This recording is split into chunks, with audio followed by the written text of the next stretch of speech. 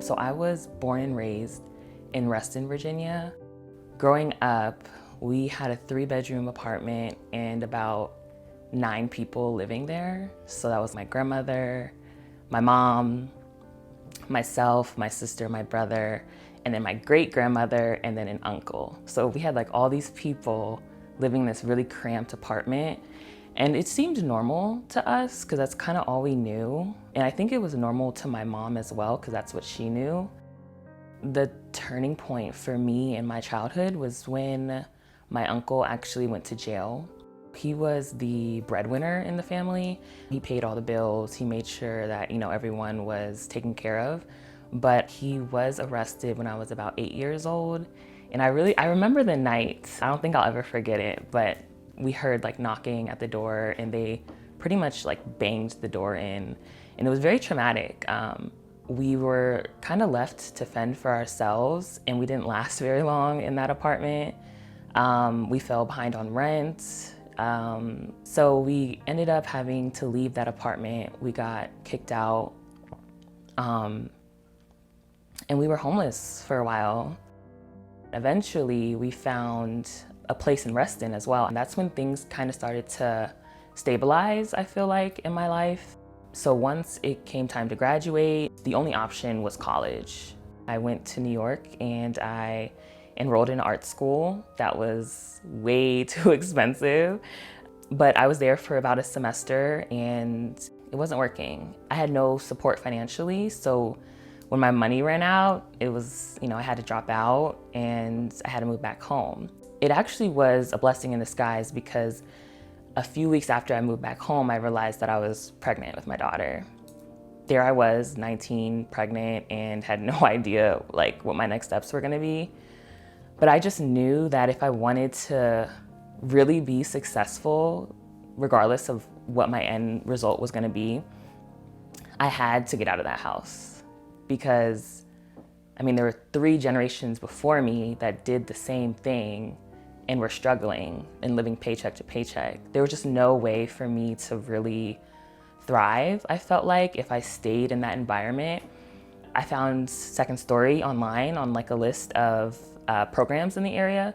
And so I reached out to the director at the time and I think I moved in like a week later. I had a brand new baby. I was working full-time as a receptionist. I had obligations within the program. So we had chores, we had weekly meetings that were requirements.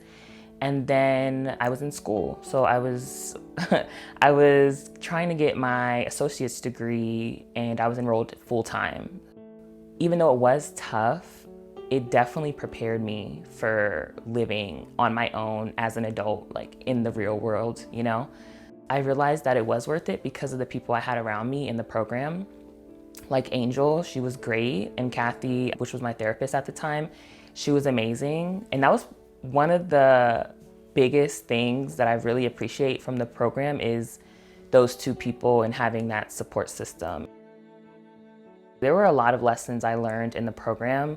One of them, finances. So I opened a savings account. I didn't have a savings account. I only had a checking.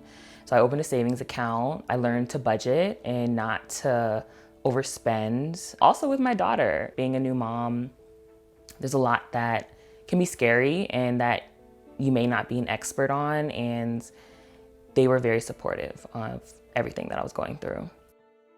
When I graduated college in May of 2022, my daughter was with me and I just remember feeling this immense amount of gratitude.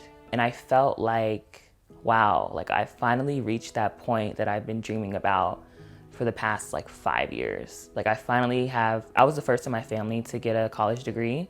So it was a really big moment for us. And I was holding my daughter after the ceremony and I just remember feeling like, okay. I remember feeling less anxious, less stressed, like we're gonna be fine. I have this degree. We're not gonna have to worry about the same things we've always been worrying about. I think it's special though because she got to see me progress over the past few years from starting at Second Story and then transitioning out and then finding stability on my own.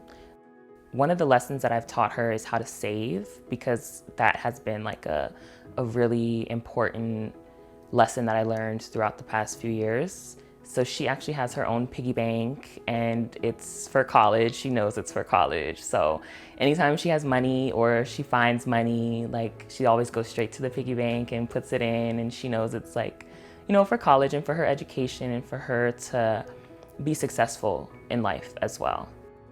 So today I am now a homeowner. I own a condo, my very first property. I'm very proud of that. I'm a college graduate. I have my associate's degree and my bachelor's degree, and I am an executive assistant at a nonprofit organization.